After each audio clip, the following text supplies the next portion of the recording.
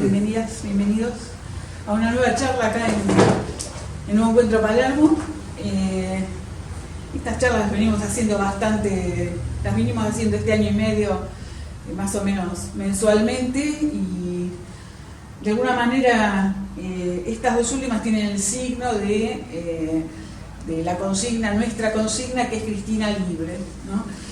En el marco de la campaña, pero también básicamente en el marco de nuestra consigna, que es Cristina Libre, porque bueno, llegamos a las elecciones en el marco de una nueva proscripción del peronismo, de las tantas e históricas proscripciones de los gobiernos populares, y entendemos que proscribir al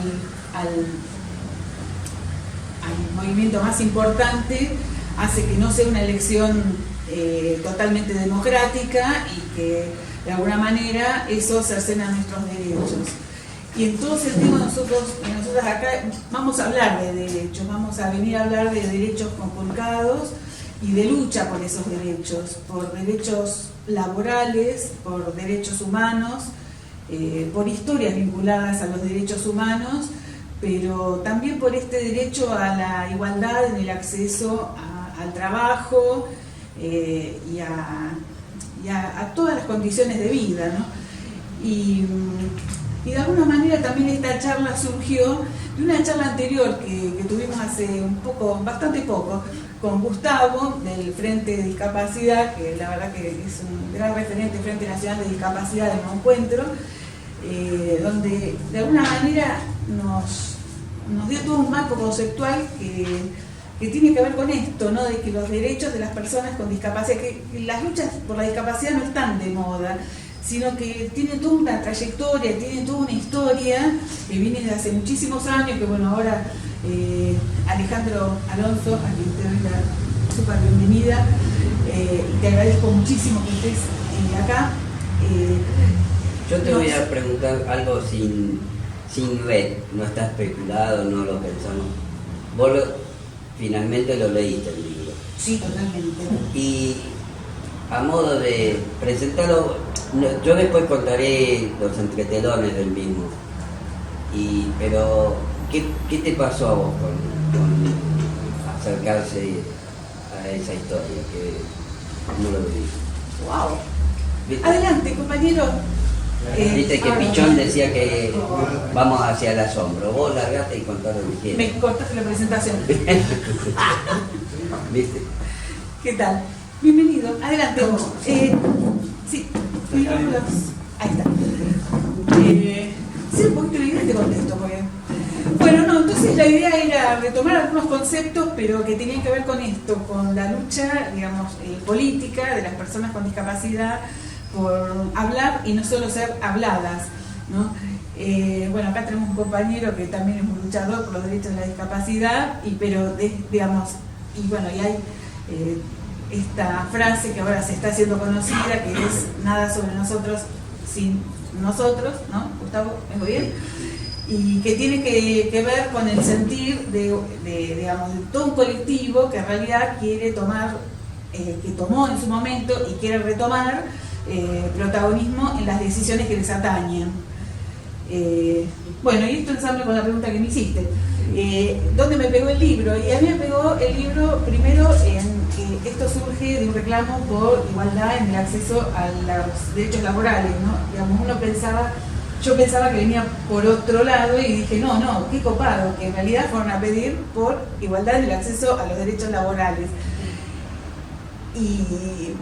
Y después, bueno, todo esto que también se dijo, ¿no? Y que la comisión que estuviese dentro del Ministerio de Trabajo, eso también me partió la cabeza, ¿no? Porque en realidad venía por esto, porque, digamos, fuera de salud, como hoy se comentaba en la presentación, digamos, por fuera, somos laburantes, queremos que nos paguen lo mismo, queremos tener los mismos derechos. En el marco del peronismo, que fue el único movimiento que fue inclusivo y que dio derechos a todos los sectores. Y en ese fue uno de los aspectos que me rompió la cabeza, y después, digamos, que me cambió la mirada, ¿no? Eso es, que me cambió la mirada.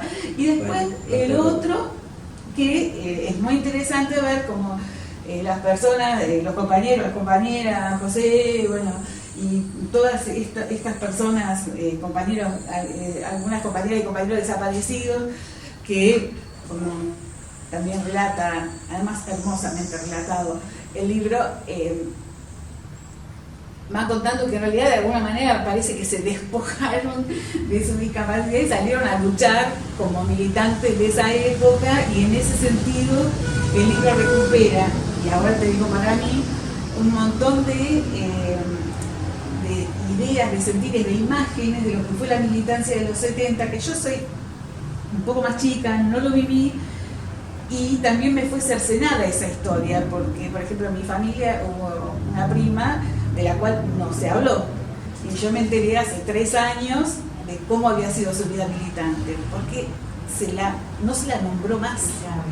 Entonces esa herencia militante yo no la tuve, desea conocerla posteriormente, y a través de tu libro también aparecen estos militantes comprometidos, y uno hasta llega a olvidarse de que el tema, digamos, de que tenían discapacidad. Era militante, verdadero militante revolucionario, y bueno, y eso también me pareció extraordinario del proyecto, y cómo, bueno, todas las voces que aparecen después y las poesías. Bueno,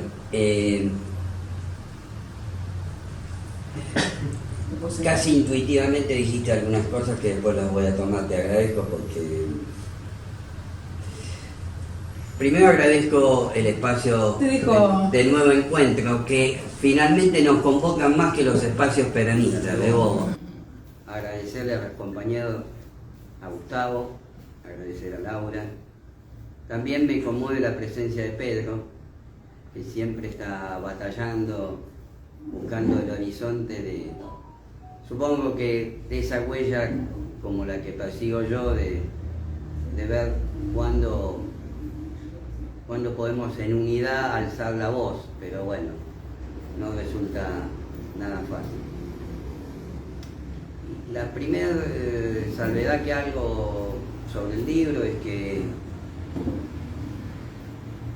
el libro va desde la historia de 1972 en la Argentina hasta los años 80, hasta el advenimiento de la democracia. Yo de un grupo de personas con discapacidad de aquellos años que militábamos en la Juventud Peronista y respondíamos a la organización Montoneros, y voy pensando en voz alta porque nunca armo las charlas, ¿no? Es decir, porque trato de dejarme atravesar por lo que el momento, lo que la vida me va indicando. Yo soy poeta, además de escribir estos libros políticos, soy poeta, músico, acá con mi compañera Silvana que anda por aquí, andamos por el territorio de las canciones, bueno, siempre con la idea de soñar con otro mundo, ¿no? Decía Santoro, el poeta desaparecido, que el arte es transformar la basura en belleza. Entonces cuando uno, ¿por qué pienso que escribí este libro y por qué pienso que estudié psicología social? Es porque tanto dolor, tanta atrocidad que tuvimos que vivir y sobrevivir a la dictadura, con todo ese dolor había que hacer algo. Para mí, en el 83 tenía una obstinación, yo quería escribir esta historia, no sabía cómo. Es más, hablé con Vicente Citolema, con otros escritores, hablé con Juan Gelman y no le encontraba la vuelta a quién iba a ser acompañante, compañero de una historia que a mí me resultaba en lo personal dolorosa, que me atravesaba afectivamente, pero que tenía la obstinación de intentarlo contar. ¿Se escucha bien o más o menos? Perfecto. Perfecto. como somos tan pobres que no tenemos ni micrófono. Ay, no lo quise traer porque No, estoy jodiendo, si no me río. Perdona. Mira, cuando dije al principio que un local de nuevo encuentro, yo soy hijo de un marxista acérrimo, que cuando yo tenía 8 o 9 años me decía, hijo mío, más allá de la cabeza del hombre no hay nada. Después mi padre fue fundador del FRIP, que fue un movimiento anterior al nacimiento de las izquierdas revolucionarias, del PRT, y en mi casa, de la niñez, en Santiago del Estero, se cocinaron muchas cosas.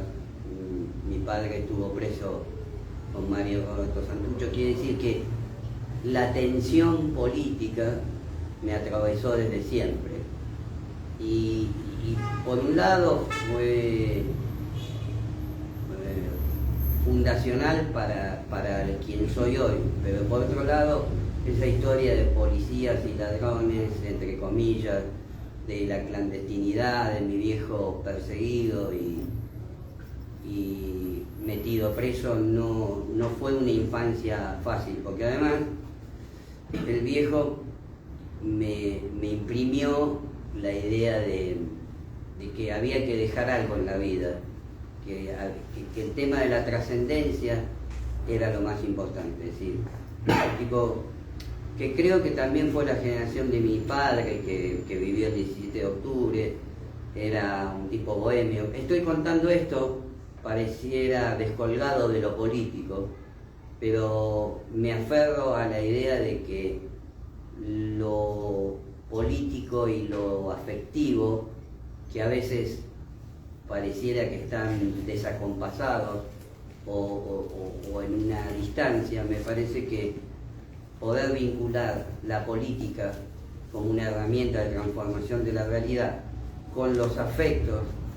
Hoy hay una expresión, hoy se dice comúnmente, estamos bastante rotos, estamos bastante desperdigados, vivimos en una soledad que nos trae dolor, pero que no lo podemos poner en palabras. Entonces, muchas veces las exigencias de la militancia formal no nos hace acercarnos a una cosa que ya es casi religiosa, que 10, 15 personas, no sé cuántas gentes hay aquí, pero calculo 10, 15 personas que están escuchando algo que parece añejo, parece lejano, pero sin embargo es la reiteración de una cosa que no se puede parar, que es la memoria de parte de un pueblo.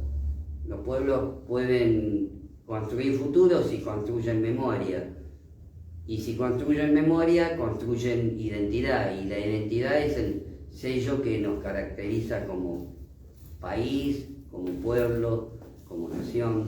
Entonces, pensarnos fuera de las realizaciones populares y pensarnos en tristeza también nos produce una particular desazón. Yo no fundé el Frente de Lisiados, siempre lo aclaro, era el compañero más chico, llegué me había peleado con una novia, yo quedé ciego a los 15 años, me había peleado con una novia.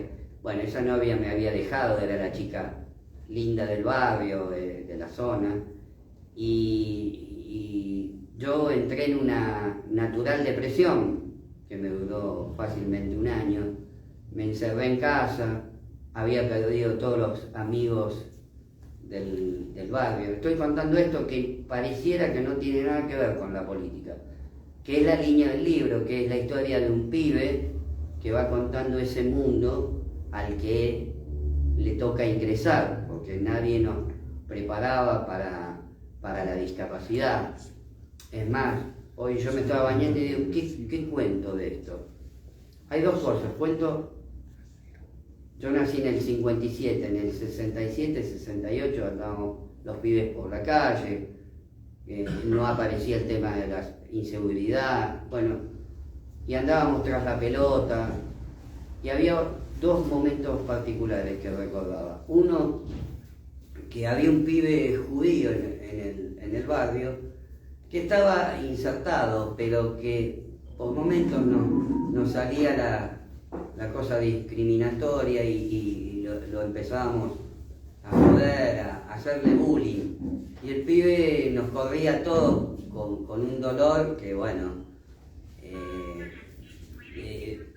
a mí me atravesaba. Y otra secuencia del barrio, yo vivía en Floresta y cercano a la vía siempre cruzaba una señora con un chico con síndrome de Down.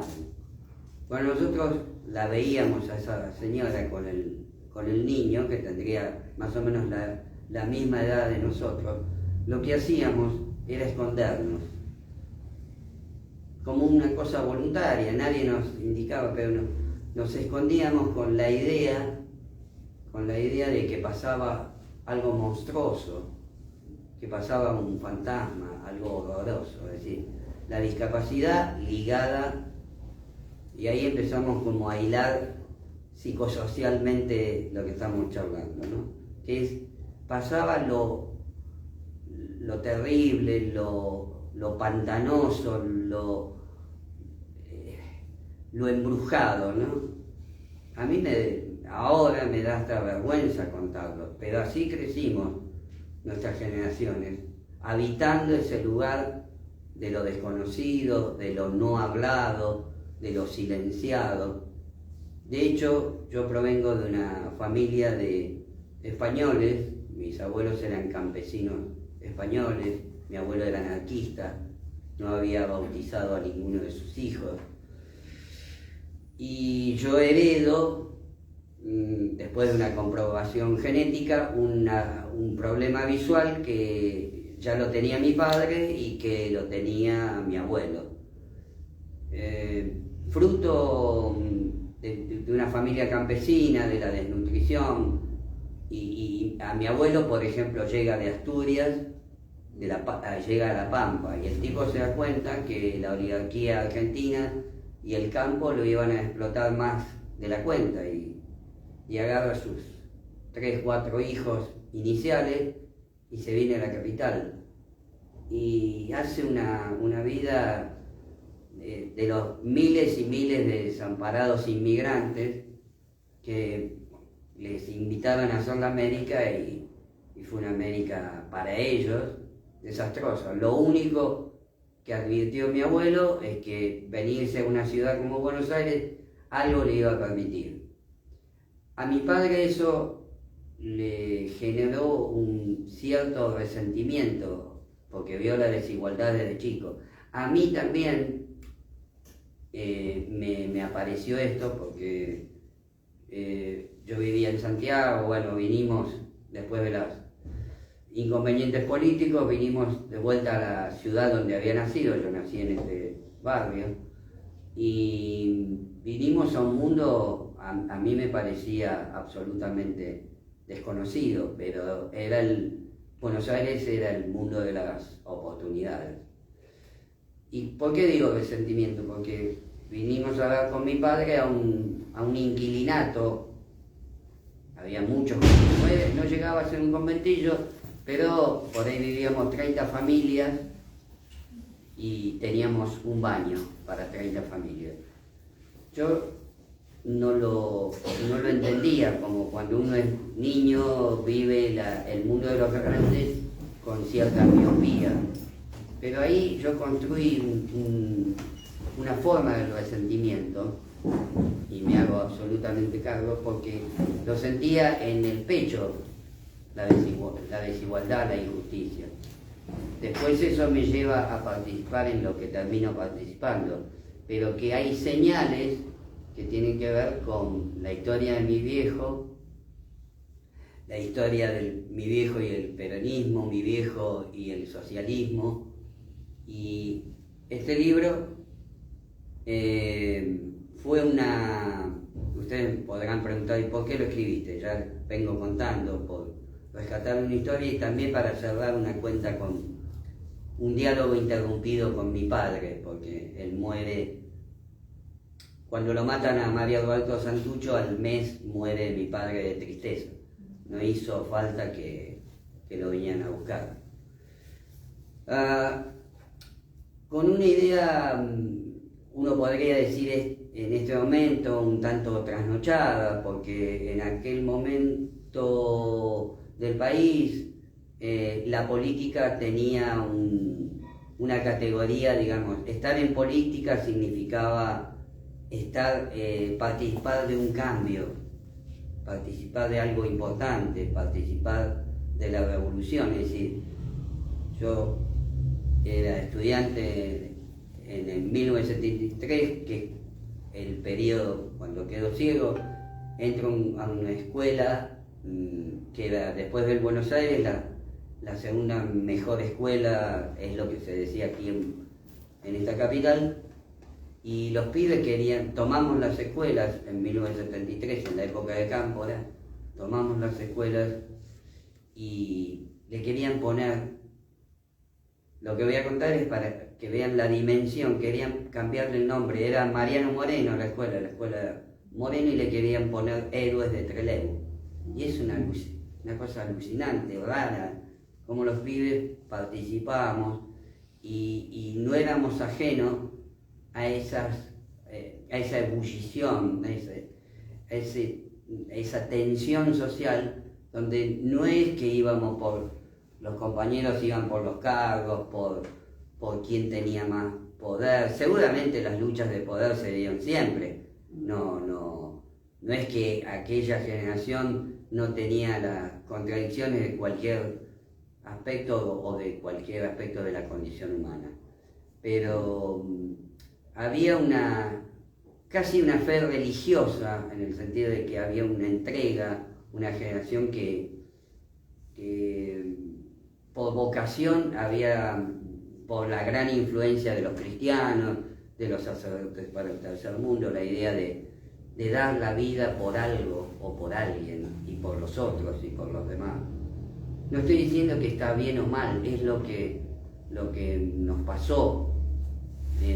Fuimos atravesados por ese momento de la historia, y fuertemente yo, por un padre trotskista, termino en el peronismo, pero no por doctrina, ni por documentos, ni por charlas militantes, sino por una cosa que me entró por el corazón. Tenía 12 años, estaba absolutamente todo prohibido, no se podía decir Perón, Eva, y escuché clandestinamente en un pibe del barrio un disco con un discurso de Evita, y yo me puse a llorar. Parece teleteatro, pero me pasó eso. Y llegué al peronismo, había sido delegado estudiantil, y los compañeros jóvenes de la juventud evarista ligados al PRT me querían que yo pasara por esa experiencia. Bueno, me quedé.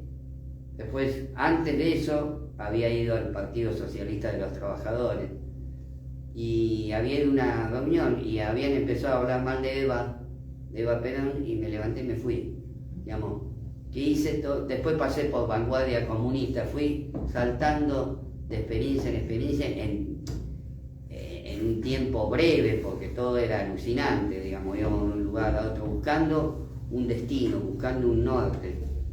Y ahí aparecen los compañeros del Frente de Lisiados, que ya no se llamaban Frente de Lisiados, esto lo supe después, porque en la televisión argentina había unos pibes, mi madre me insistió, mi madre fue fundante también en este que soy hoy, mi madre me insistió en que tenía que salir de la tristeza, y salí sin darme cuenta, porque vi a esos compañeros que comentaban que estaban gestando una ley laboral, y esto justamente por estos días, era hace 49 años o 47 años, en el 74.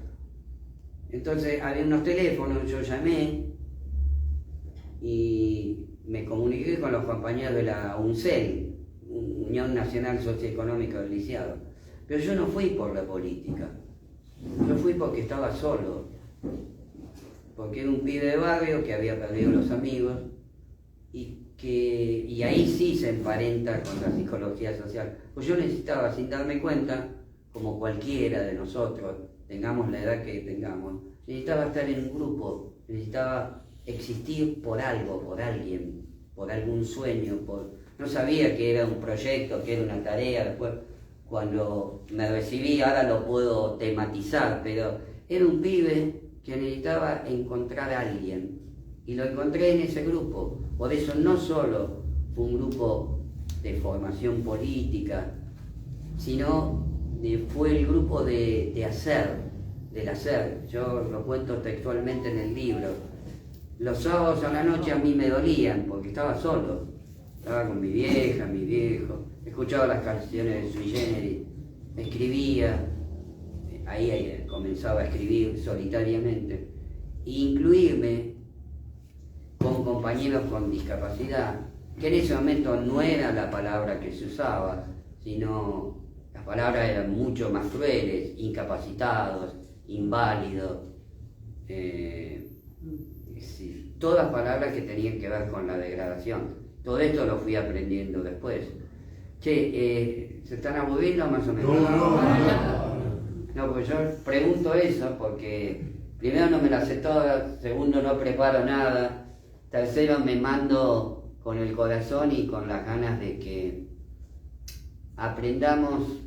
No venimos a dar lecciones. Yo amo profundamente a Paulo Freire y se me ocurre que todos aprendamos tiene que ver con una ida y vuelta, primero mi generación, que es la de Pedro, no fuimos próceres, hicimos lo mejor que se podía hacer y nada más ni nada menos. Entonces llego a esos compañeros que me hacen un examen, porque claro, ellos ya estaban ligados a la juventud peronista, a la izquierda peronista y a Montonero. Ahora yo estoy escribiendo el guión de la película de este libro, que no sé si tendrá mucho que ver porque el cine tiene otros códigos, pero llegué a la conclusión de que estos compañeros se acoplan o se apoyan en Montonero porque eran como unos niños chicos que necesitaban conseguir en ese momento un gigante que los apoyara.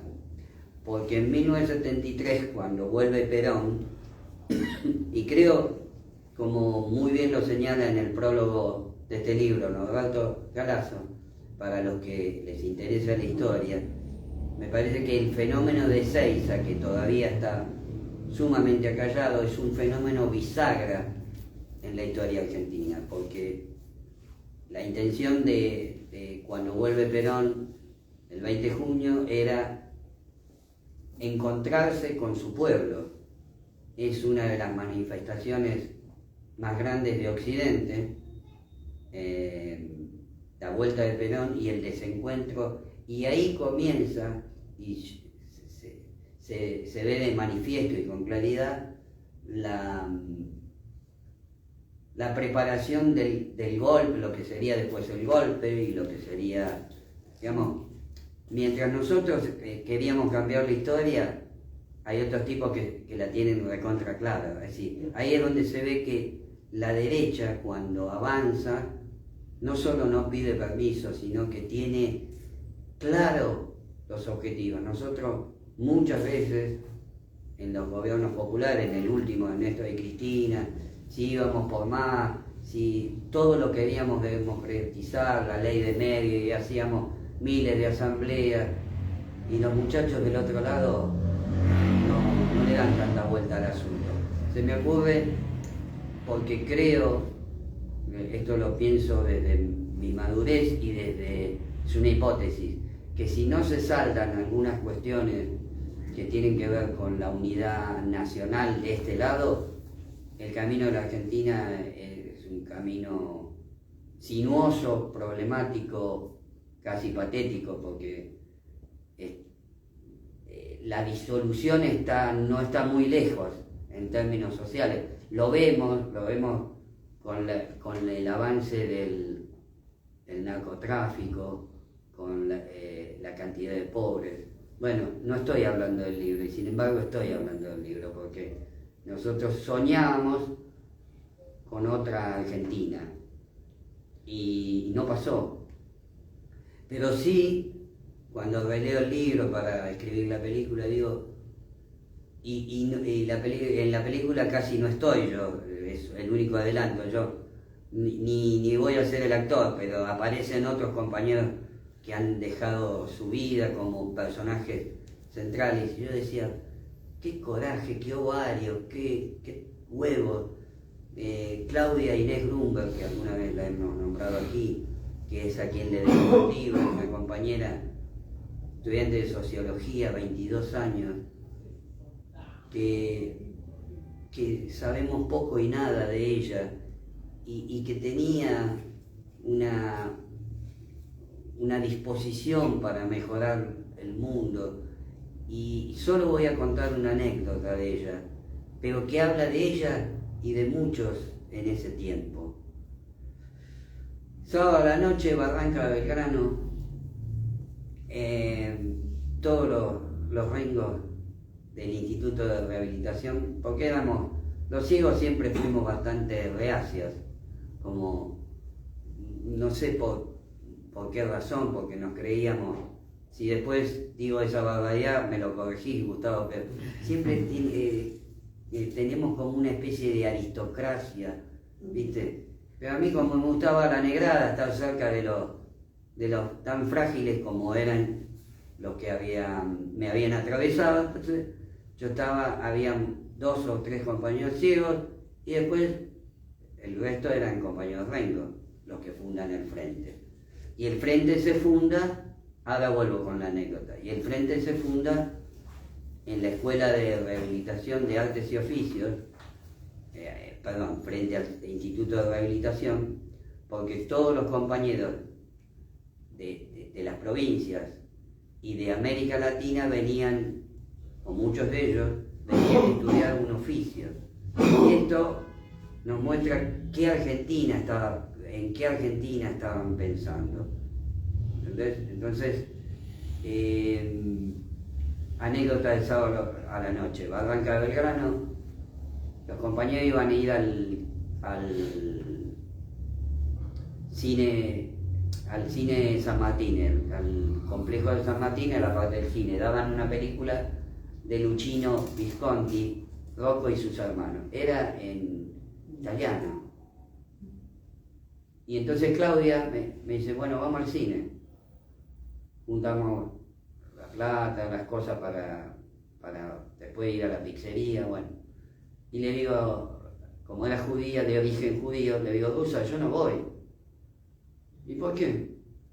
Dice, yo no veo, no la voy a entender la película. Vos venís que yo te la leo.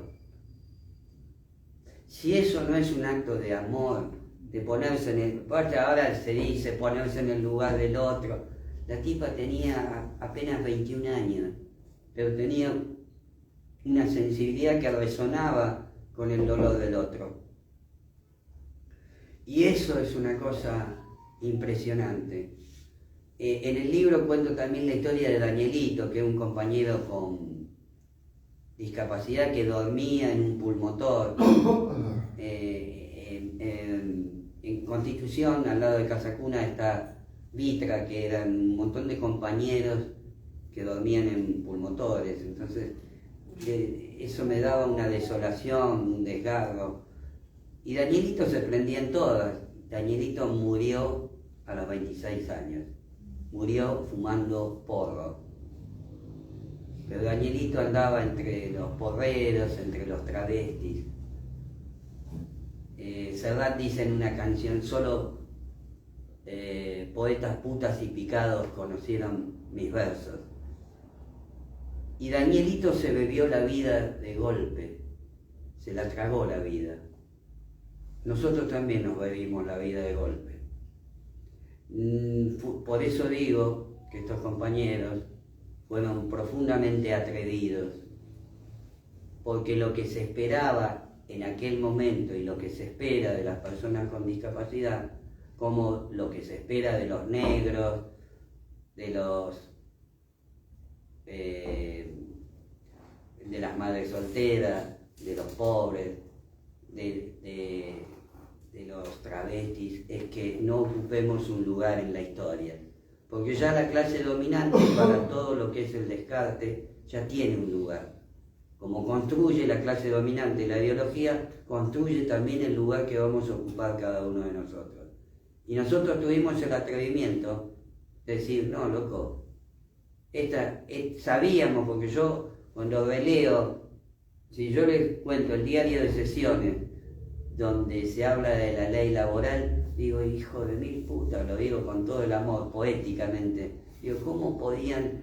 No, ninguno había estudiado, sí, todos tenían un secundario, pero los análisis políticos, sociales, hace 50 años decían los compañeros, la rehabilitación es un negocio. Y hoy nos encontramos con el tema de la Andis. Y ellos hace 50 años denunciaron lo mismo, es decir, el lugar, no hablo de los prestadores en lo personal, sino el lugar asignado a la discapacidad y todo lo que se mueve alrededor de la idea de tenemos que ser buenos con los discapacitados, los tenemos que ayudar, toda la mirada benéfica, caritativa. La tapa del libro tiene, acá se ve la tapa. Sí. Bueno, la tapa es una foto real de una represión hace 50 años, porque ¿Por qué no cachito para acá que está mojado? Acá me lo puedo. Perdón.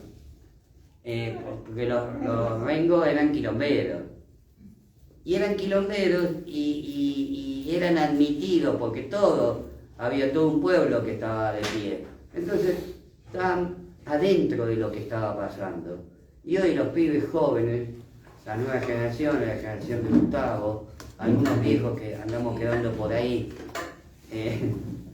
tirando tiros, poéticamente hablando, digo, por la duda, es porque decimos, che, loco, queremos el lugar que nos merecemos.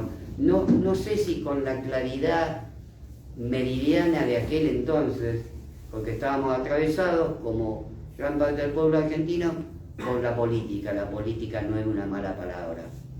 La política es una herramienta para transformar el mundo, la sociedad.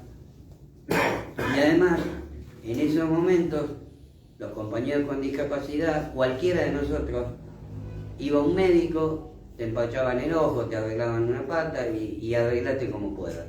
Porque el modelo médico era, o sos sano, lo decían los compañeros, ese es el lenguaje, y los convencionales, los sanos, así nos definíamos entre nosotros.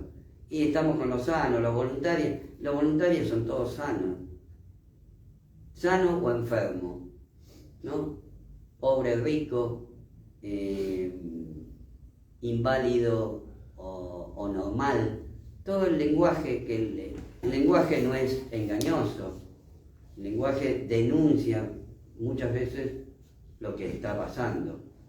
Yo tuve la oportunidad de estar en 2 países distintos presentando el libro. Una vez me pagué todos los viajes yo, aviso, porque una vez una tipa ciega me acusó que el kirchnerismo me había pagado todos los viajes. La verdad que no me lo pagó y está bien que no me los haya pagado. Pero estuve en Cuba y pasaba lo mismo que pasaba en otros países.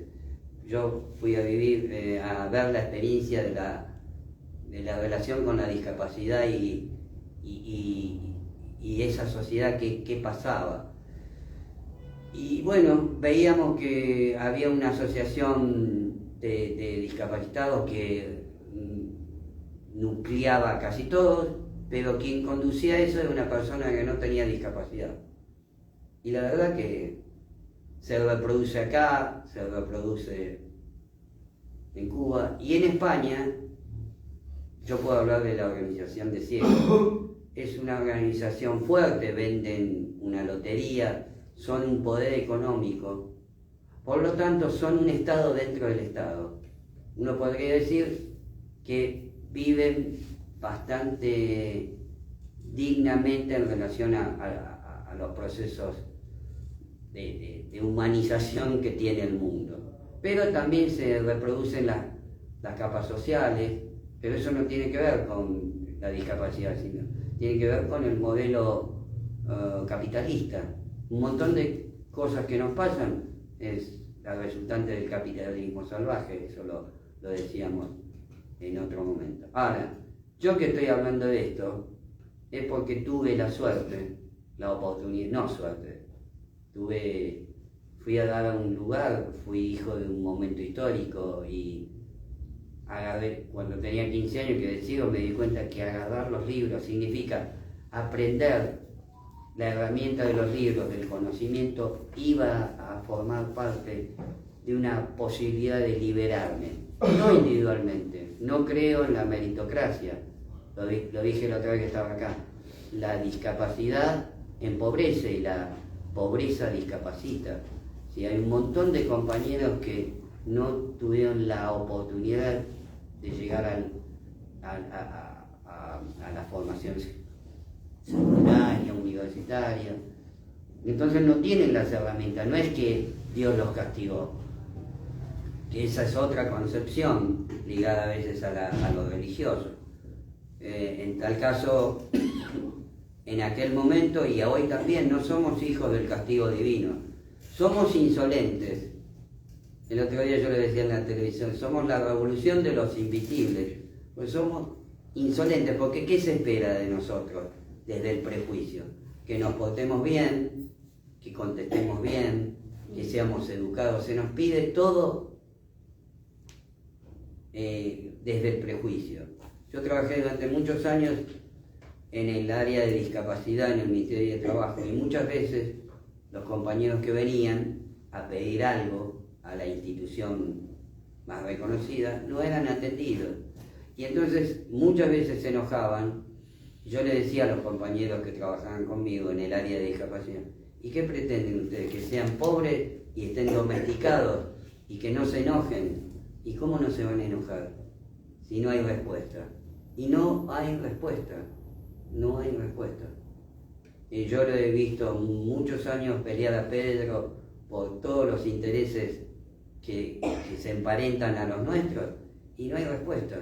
Ahora, no vamos a ser una isla de discapacitados o vamos a tomar el poder los discapacitados. Ahí yo hago una lectura absolutamente dialéctica. Nosotros tendremos un lugar en la historia cuando las mayorías populares, esto es una hipótesis personal, cuando las mayorías populares tengan un lugar en la historia. Claro que nosotros vamos a empujar como venimos empujando, porque lo más sorprendente de esta época, que los desgraciados de la historia, lo digo simbólicamente, los que tenían todo para perder, se pusieron de pie.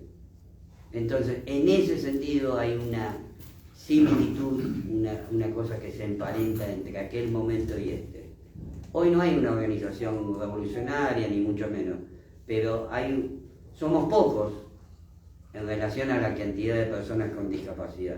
Bueno, no somos ni vanguardias iluminadas, ni mucho menos, pero hay una intención en la que no podemos caer en la trampa. Ahora se habla menos, pero yo trato de mechar, y creo que Gustavo también lo hace, y Pedro, que el único lugar donde nos sentimos vivos es en formar parte de la clase trabajadora. No hay otra posibilidad. Lo dije la otra vez acá. Nosotros no queremos nada de lo que no tengan otros, que el acceso a la... Claro, ustedes me dirán, sí, hay otros que no tienen discapacidad y son pobres de toda pobreza, eso también es verdad. Y eso se hace obligatorio construir una sociedad para todos. Pero que también, hace 50 años nosotros queríamos trabajo en una Argentina que tenía el 5% de desocupación. Eso es muy claro leer, porque si no se pierde el rumbo de lo que necesitamos decir. Leer el contexto donde estaban sucediendo las cosas. La Argentina tenía en los 70 5% de desocupación, una deuda externa que no pasaba los 6.000 millones de dólares, era un país el más avanzado en muchas cosas de Latinoamérica. De hecho, el cordobazo lo hacen sectores progresistas, pero de buenos salarios. Entonces, hoy se necesita más la revolución que hace 50 años. Pero bueno, las cosas se fueron dando así. Volviendo a lo de Ezeiza, pensaba, miren cómo se puso en el tapete, cómo quedamos en el centro de la escena, porque cuando se produce, creo que todos saben un poco, el tiroteo de la derecha peronista hacia las masas populares, como los rengos de Perón estaban adelante de todo, López Rega no tiene mejor idea que acusar con dos prejuicios que le hicieron pagar un costo muy caro al frente, que era que los lisiados peronistas habían llevado la droga y las armas de los montoneros. Es decir, nos acusaban de drogadictos, que eran los más terribles que te podían acusar en ese momento, y de violentos. Pero también nos colocaba en el centro de la escena, de igual modo que nos colocó los miembros de la dictadura. Porque a Claudia, cuando la secuestran el 11 de octubre del 76, de la cual no sabemos nada de su destino, la matan como los demás.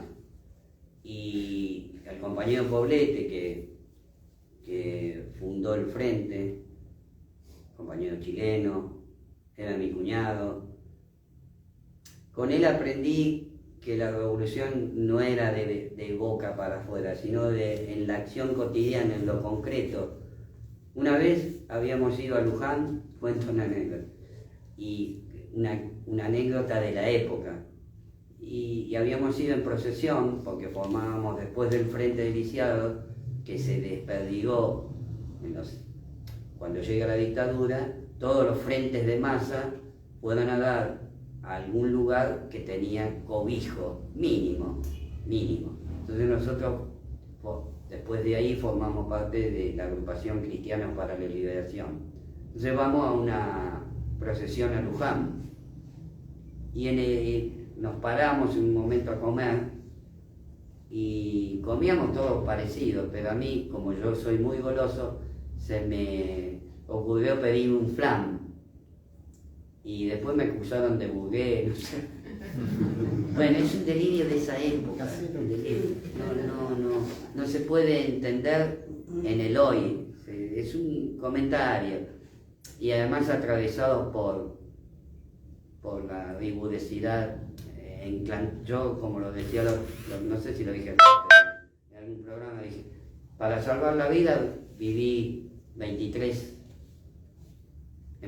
casas distintas. Si me pongo a pensar lo que le costó a Pedro sus años de prisión, lo que estoy diciendo es una boludez. Hubo miles de compañeros que la pasaron peor. Pero yo no voy a renegar de aquello que viví, porque lo que viví es lo que da sedimento a lo que soy hoy. Es difícil ser coherente, tener una coherencia entre lo que uno hace, lo que uno dice y el mundo que nos está tocando, porque hay momentos que me dan ganas de volver a ciertas formas que son hoy imposibles, pero que no voy a comerme la historia de esta democracia tan endeble. Es decir, hemos llegado a un punto donde tenemos tanta fragilidad, y no acá en Palermo, me refiero a tantas atrocidades que se dan en todo el país. Porque, lo digo siempre, no es lo mismo ser un tipo ciego y vivir donde vive Gustavo, que yo vivo ahí en el Congreso, el acceso a las formas de comunicación, a las formas de relación en el sentido económica con los objetos. Por eso siempre digo, no es lo mismo ser ciego acá que ser ciego en La Quiaca. Los dos somos ciegos, o tener una dificultad de otro orden. Y el otro día escuchaba un compañero, un hombre que tenía un hijo con discapacidad y me abrió la cabeza. Esto digo para que lo vayamos pensando, no sé cómo se puede, que toda la atención de la discapacidad en términos de salud tenía que ser pública. Me parecía, para evitar todos los manoseos con las movidas económicas que están por fuera de los padecimientos personales. Pero bueno, Contero de Seiza, y vuelvo a lo central. Nosotros queríamos trabajo, no pedíamos, exigíamos, íbamos por más. Después vino la dictadura, no pudimos hacer más que seguir militando. Seguíamos militando por una devoción que se tiene solo a los 20 años, ¿no? A los 20 años uno se cree eterno, se cree inmortal. En el 78 habíamos sobrevivido a los 2 primeros años de la dictadura, que fueron la intención de diezmar todas las organizaciones populares. Y salíamos a la vida como si no hubiese pasado nada. Entonces yo le decía a Paulete, mi hermano de la vida, che, no damos más. No le decía dejemos de hacer política, pero cortemos los lazos. Me dice, no, si no caímos hasta ahora, no caemos más. Bueno, lamentablemente tenía razón yo era un soldado desaliñado, no. Era lúcido, pero no. Estábamos imbuidos por un fanatismo que nos costó la vida, pero bueno, en las revoluciones, como decía el Che, se triunfa o en los intentos, y con el diario del lunes sería mucho más fácil, pero en principio me da una melancolía, y lo tengo que decir, cuando leo, cuando escribo la historia, digo, me ataca el alma y digo, la puta, ¿por qué pasó?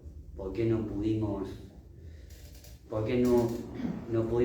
salvar del atropello y de la atrocidad? Porque además nos quedamos en el país, no nos fuimos. Y un poco lo que decía Laura, cuando vino el camión del ejército, esa noche fatídica del 28 de noviembre del 78, donde cuando llego a la casa ya la habían reventado. Al otro día va el camión del ejército y escuchen lo que decía la gente del barrio. Va a buscar las cosas que quedaban, había un bolso con armas y todo eso, y libros, y entonces decía la gente del barrio, el ciego no era tan ciego y el rengo por José, que le faltaban las piernas, no era tan rengo. Es decir, porque la idea, che, estos tipos rompieron el molde, y no es para adularme a mí, sino la verdad que, qué sé yo, salió lo que salió, y yo me enorgullezco no por la cantidad de libros que se vendan, sino porque en cada libro que llegue a la casa de una persona, y que lo hicimos con un poeta amigo, que es Héctor Ramón Cuellar, búsquenlo en las redes, como se dice ahora. Es un enorme amigo, un entrañable amigo que no tiene discapacidad, que escribió un cómics que se llama Argentina Potencia, que su argumento es que explota el mundo y los únicos que salvan son los peronistas. Bueno, él fue como mi ángel acompañador, y fue el que creyó en esta historia. También creyó el de Coligüe, el director de Coligüe. Cuando lo llevé estos son intimidades, cuando se lo llevé a Galazo, porque estos son los miedos de un escritor, cuando le llevé a Galazo el libro, le digo, no lo conocía, nos sentamos en un café, Norberto, si esto le parece una mierda, no lo prologue. yo con la irreverencia de ser más joven en ese momento. Y el gran maestro Grasso a los 15 días me estaba mandando el prólogo. Y el director de Coligüe también creyó, porque además había visto en las manifestaciones populares a este frente y le pareció una historia que merecía ser contada. Así que, bueno, acá se terminó el cuentito, no sé, esta parte, pero después me gustaría que cada uno me cuente su nombre y diga algo. Laura me va a entender de lo que estamos hablando para que no quede silenciado esta charla que no sé si fue tan política, pero algo quise transmitirle, no sé. Bueno, en principio le damos un aplauso.